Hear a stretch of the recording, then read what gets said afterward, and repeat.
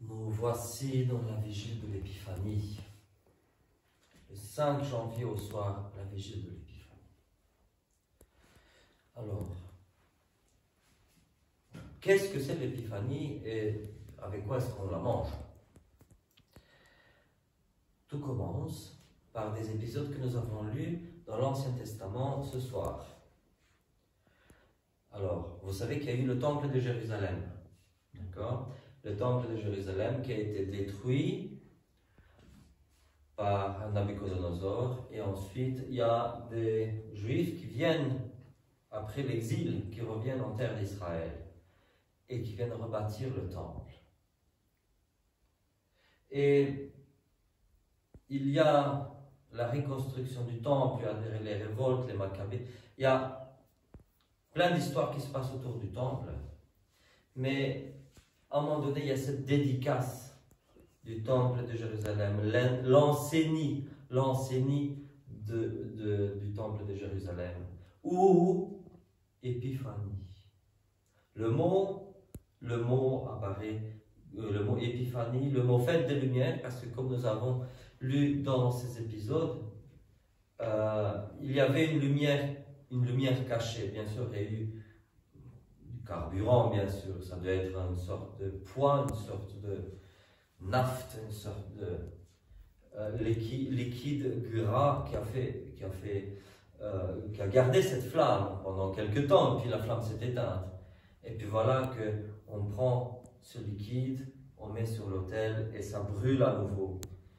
Et c'était en hiver qu'on a fait la dédicace du temple.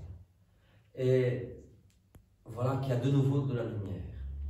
Bon, nous avons la lumière électrique, mais il faut savoir que pour des gens d'une époque, avant l'invention de l'électricité, avoir un grand feu en pleine nuit, c'était déjà quelque chose. Et c'est vrai que l'hiver est plus court, donc avoir un grand feu au milieu de l'hiver, c'était comme l'espoir de la lumière qui devait revenir.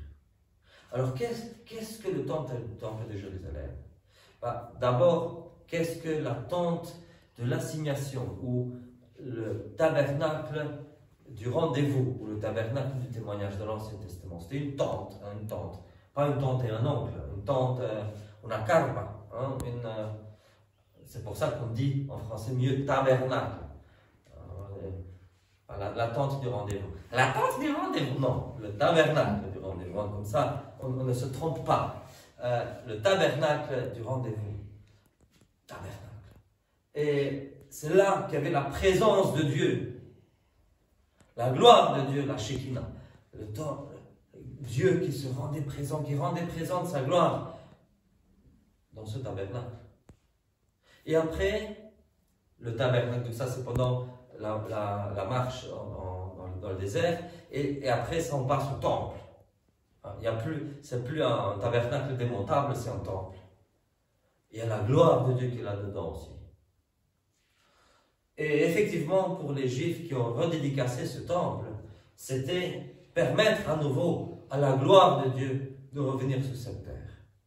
Parce que, je ne sais pas si vous vous rappelez, quand les Hébreux étaient menés à Babylone, certains d'entre eux ont arrêté de chanter les cantiques du Sion. Ils ont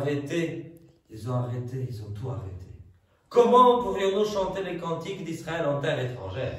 Parce que pour les Hébreux, la géographie était essentielle. Il y a le temple de Jérusalem, on se tourne vers le temple de Jérusalem. S'il n'y a plus de temple de Jérusalem, elle est où la gloire de Dieu sur terre? Il n'y a plus de gloire de Dieu sur terre. Du coup, on est foutu. Et puis on rebâtit le temple. Et puis, la gloire de Dieu peut encore à nouveau revenir ici au milieu de nous. Sauf que, après ça, donc cette fête de l'ensénie, ou Épiphanie, ou Hanouka, comme on veut l'appeler, fête des Lumières, ces Israélites qui ont accepté le Messie quand il est arrivé, après ça ils ont dit, oui mais la vraie Shekinah, la vraie gloire de Dieu sur terre, la vraie lumière de Dieu, ce n'est pas ce temple, parce que ce temple a été à nouveau détruit. Et il peut être bâti et redétruit 1000 fois. Ce n'est pas ça qui compte. Il y a un autre temple. Il y a une autre gloire de Dieu sur terre.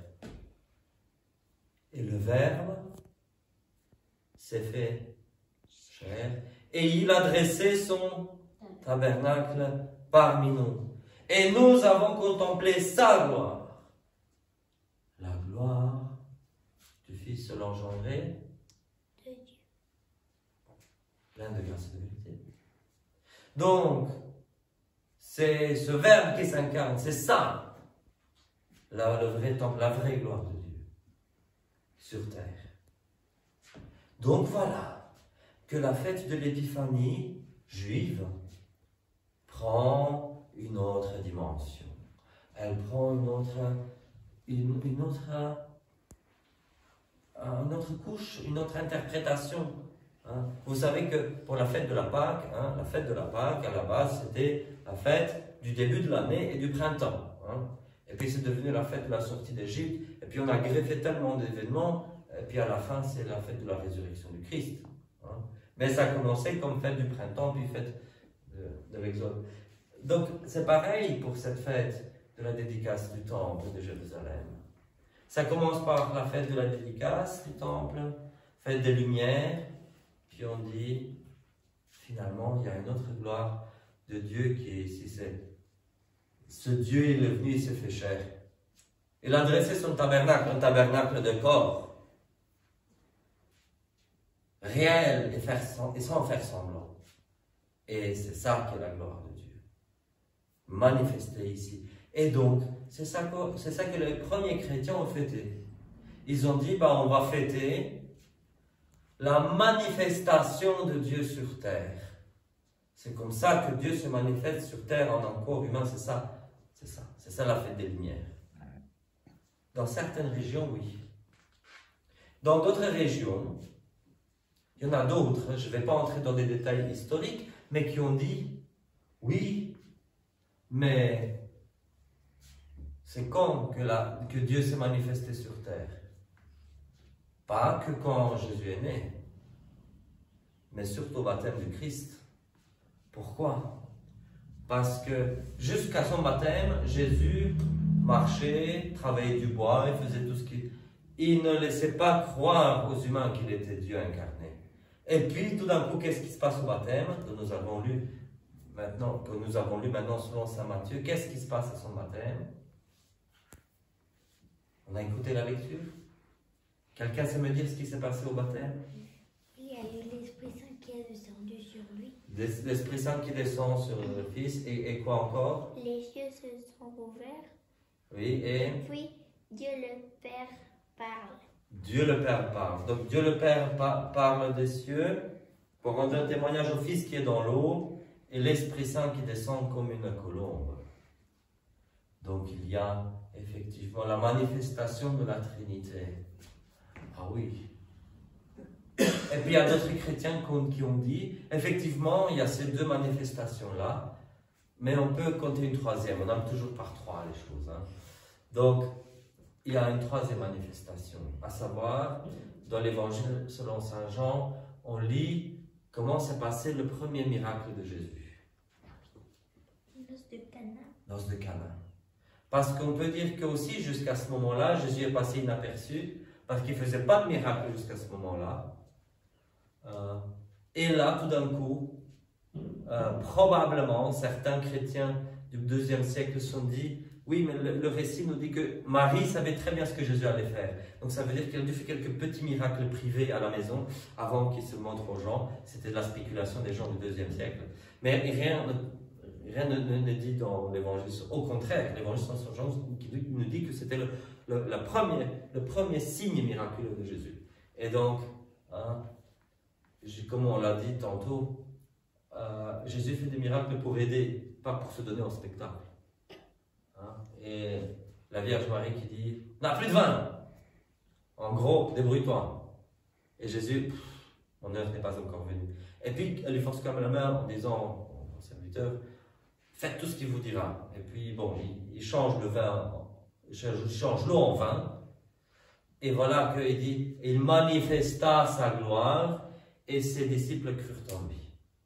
Donc, Jésus a quand même manifesté sa gloire aussi donc au début de ces signes. Mais il y a mieux. Il n'a pas été une beuverie villageoise paillarde. Non, il a été à des noces. Qui dit noces dit quoi? Mariage. Mariage. Ah oui. Et le mariage, c'est quelque chose que Dieu a choisi, en tout cas le mariage tel qu'il était connu jusqu'avant l'époque moderne, un mariage inégalitaire, on va dire, qui a été quand même utilisé par Dieu pour parler de relations que lui et le peuple d'Israël avaient l'un avec l'autre. Donc, et la fin des temps, quand nous serons dans le royaume des cieux avec Dieu, cela est comparé aussi à un mariage. C'est les noces de l'agneau. Le moment où Jésus réinaugure ses noces avec l'humanité, avec la création. Parce que finalement, c'est de ça qu'il s'agit. Dieu est là depuis toute éternité. Il n'avait besoin de rien et de personne. Et ce n'était pas un Dieu solitaire, comme certains croient à propos de Dieu, que Dieu s'emmerdait tout seul, parce qu'il n'était pas tout seul. Parce qu'il est depuis toujours un Dieu en 3 personnes. Et donc par débordement d'amour, le Père engendre son Fils de tout temps et fait procéder son Esprit Saint de tout temps, d'avant l'espace-temps, en dehors de l'espace-temps.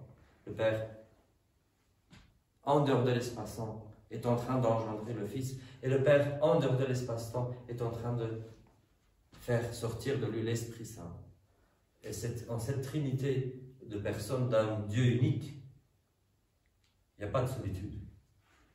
Il n'y a que amour, il n'y a pas solitude. Dire que Dieu est amour, tout en supposant qu'avant la création, il ne pouvait pas aimer, c'est finalement un mensonge. Alors Dieu n'est pas amour.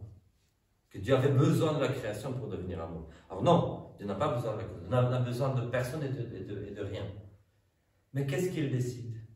En plus des relations qu'il y a au sein de la Trinité, Dieu dit, je vais créer quelque chose à l'extérieur de moi, par amour, pour que quelque chose existe.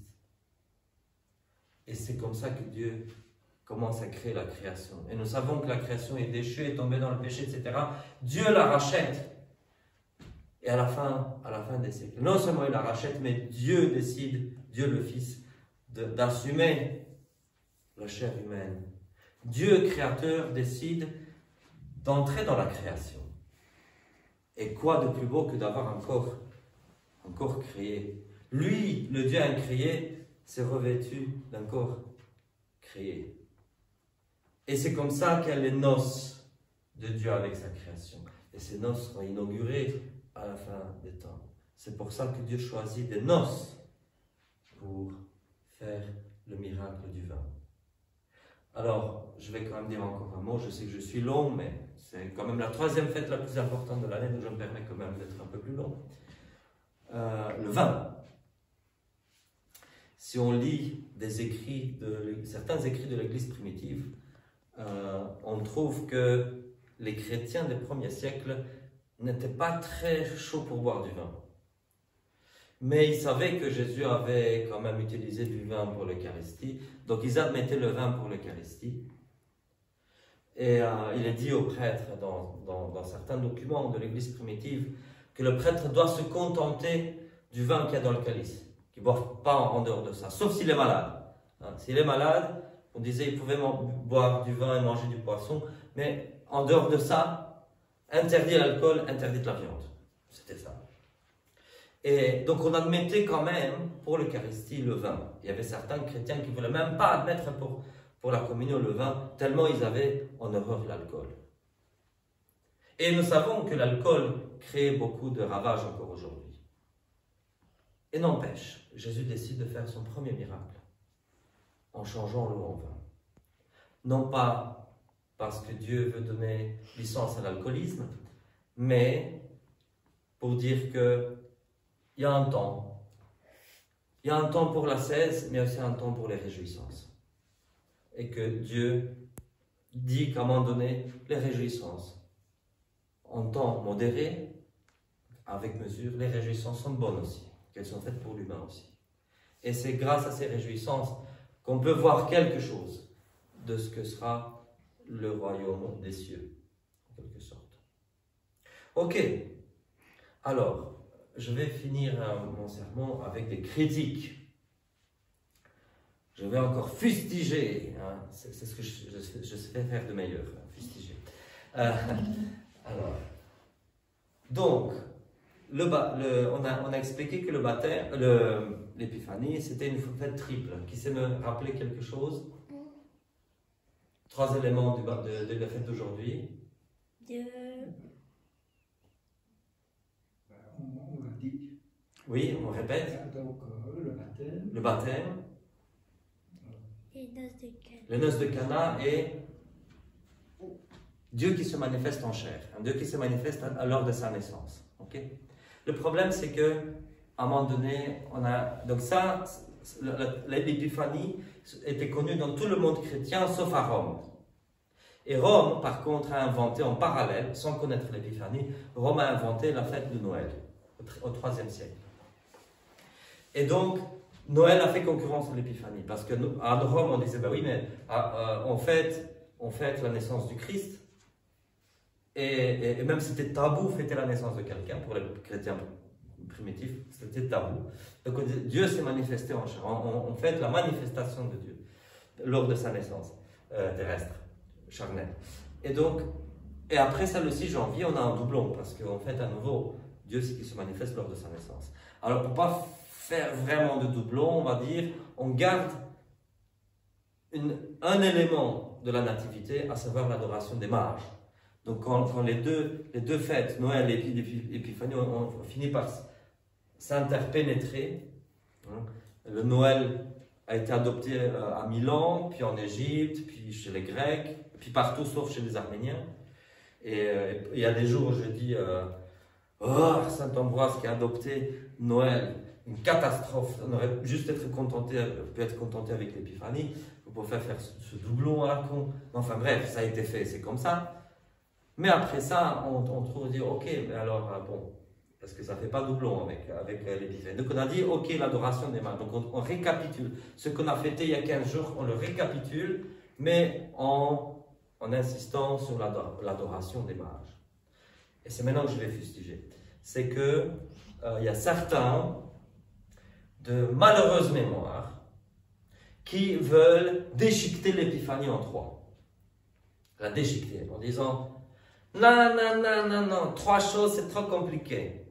Alors on va fêter l'adoration des mages le 6 janvier. Et puis pour le baptême du Christ, on va attendre. Soit au dimanche prochain, soit la semaine prochaine, dans une semaine, parce que sinon on se mélange les pinceaux. Et puis les noces de Cana, bon, on les fêtera encore après, ou même on les oubliera parce que c'est trop. Alors je leur réponds la chose suivante. Même en Terre Sainte, où il fait plus chaud qu'ici, historiquement, Jésus, sans doute, n'a pas été baptisé au mois de janvier.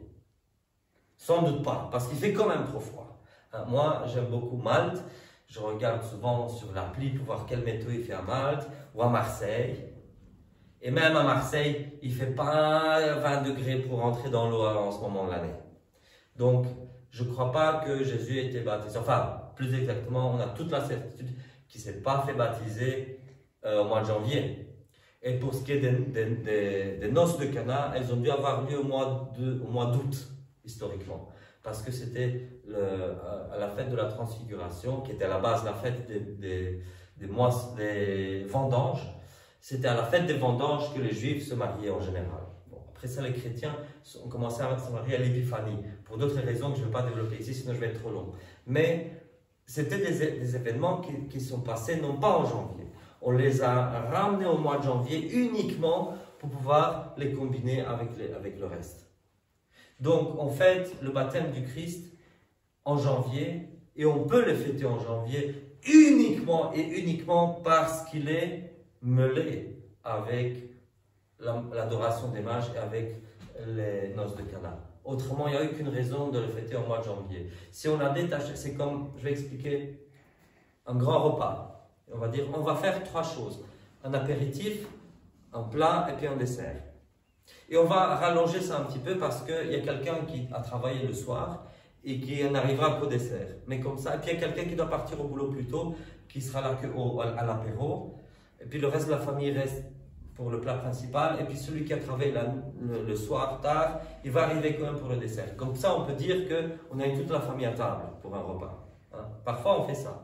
Donc, on fait un truc comme ça plus étendu pour qu'il y ait tout le monde. Alors, imaginez-vous qu'on dise, oui, on va retarder pour manger le dessert plus tard à 11h du soir, mais on va bloquer la porte pour que celui qui a travaillé la nuit n'arrive pas. Ça, il arrivera demain ou dans une semaine, dimanche prochain ou dans 8 jours. Comme ça, il arrivera à ce moment-là. Alors, à quoi bon de retarder le dessert si c'est juste pour foutre l'autre à la porte? Donc, c'est pareil pour ceux qui veulent retarder le baptême du Christ. Je leur dis non, non et non. Le baptême du Christ, c'est aujourd'hui et maintenant. Aujourd'hui, c'est-à-dire dans la vigile de l'Épiphanie, demain le jour de l'Épiphanie, et les noces de Cana, c'est aussi ce soir et demain. Et bien sûr, on fête les 3 choses pendant 8 jours, puisque c'est une grande fête, donc c'est une fête avec octave, mais on ne doit surtout pas, et surtout pas, dire que le baptême du Christ aurait lieu, on le fêterait dimanche prochain, voire dans 8 jours. Parce que ça fout en l'air tout le calendrier chrétien.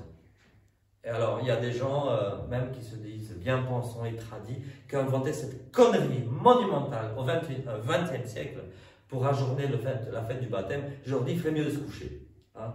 Même si je dis aux gens, c'est important l'Eucharistie, je trouve que plutôt que de fêter maladroitement le baptême du Christ, il ferait mieux de ne pas aller à l'Eucharistie, aller se coucher. Hein, ça serait encore mieux. Donc voilà. Je vous souhaite à tous et à toutes une bonne fête de l'Épiphanie et nous fêtons Dieu incarné à nouveau et nous fêtons la manifestation de la Trinité. Nous savons que le temple de Jérusalem, qui maintenant n'est qu'un monceau de pierre, est un mur, c'est pas ça qui compte, ce qui compte c'est Dieu qui se fait humain, qui s'est vêtu d'une chair humaine, le tabernacle de son corps. Et non seulement il est monté au ciel, mais il reste avec nous dans l'Eucharistie. Et c'est comme ça que nous le contemplons jusqu'à sa deuxième venue, quand nous pourrons le contempler en face à face. Amen.